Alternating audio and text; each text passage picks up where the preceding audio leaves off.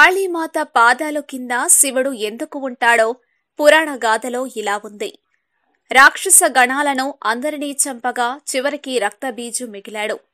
బ్రహ్మ ఇచ్చిన వరం ఫలితంగా రక్తబీజుని ఒంటి నుండి ఒక రక్తం చుక్క భూమిపై పడితే అప్పుడే వందలాది మంది సైనికులు పుట్టుకొస్తారు. దీనితో దుర్గ అతనితో తలపడి గాయపరిచిన కొద్దీ అతని సైన్యం సంఖ్య పెరుగుతూ వచ్చింది. దుర్గాదేవి అయోమయ స్థితిలో పడింది. సైనికులు మూకుమ్మడిగా దుర్గాపై దాడి జరిపారు.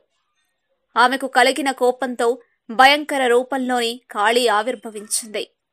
కాళీ రక్తబీజుని సైనికులను సంహరించి చివరకు అతనిపై దాడి జరిపింది. రక్తబీజుని ఒడిసి పట్టుకుని అతని ఒంటిలోని రక్తాన్ని పూర్తిగా గ్రోలింది. దీనితో రక్తబీజుడు మరణించాడు.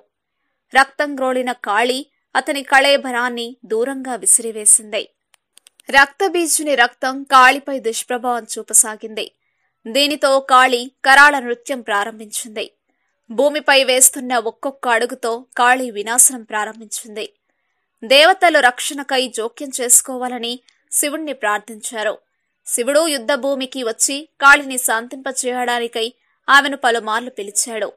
అయితే ఆమె వినిపించుకునే స్థితిలో లేదు. రాక్షసుల మాంసాన్ని తింటూ నృత్యం కొనసాగించింది. ఆమె కొప్పుమూడి తొలగి కేశరాశిగా మారింది. విప్పుకున్న ఆమె కేశపాసం కదలికతో వెలువడే గాలి కొందరి దేవతలను దూరానికి విసిరివేసింది.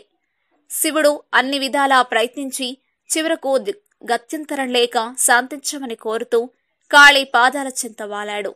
తన పాదాల చెంత ఉన్న వ్యక్తి తన భర్త అని కాళీ కొంతసేపు తర్వాత గ్రహిస్తుంది. ఆమె సుషుప్తి నుండి బయటపడి శాంతం వహిస్తుంది. మా వీడియోస్ మీకు నచ్చినట్లయితే లైక్, షేర్, సబ్స్క్రైబ్ చేయండి.